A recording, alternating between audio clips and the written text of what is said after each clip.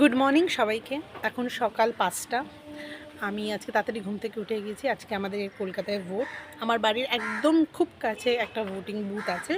আগে এখানে হতো না, তো বাট এই বছর আমার এইখানে ভোটিং এর জন্য মানে রুমটা অ্যালট হয়নি। আমার থেকে একটু দূরে আমাদের স্কটিশ চার্চ কলিগেট স্কুলে ভোট দিতে হবে।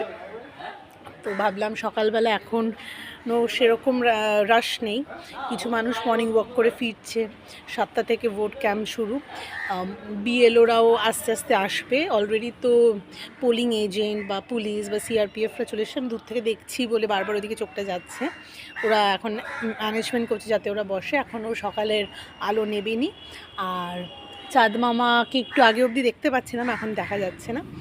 তো ভাবলাম আজকের দিনটা তোমাদের সবার সঙ্গে গুড মর্নিং জানিয়ে, সুপ্রভাত জানিয়ে যেমন শুরু করি, তেমন একটা কথা বলি যে ভোট কিন্তু আমাদের গণতান্ত্রিক অধিকার।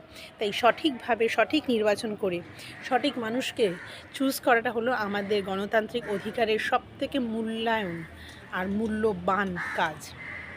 বাইরের লোক কি বলল, ভেতরের লোক কি বলল, মিডিয়া কি বলছে, বা হাইপড হয়ে কীরকম ইনফরমেশন সার্কুলেট হচ্ছে বা কী ইনফরমেশন সার্কুলেট হচ্ছে না, এই দোলামোলায় না গিয়ে তোমার যাকে ইচ্ছে, তুমি যেটা মনে করছো, যেটা সঠিকভাবে যাকে নির্বাচিত করলে তোমার বা দশের কল্যাণ হয়েছে বা হচ্ছে বা হবে, তাহলে তাকেই নির্বাচন করো।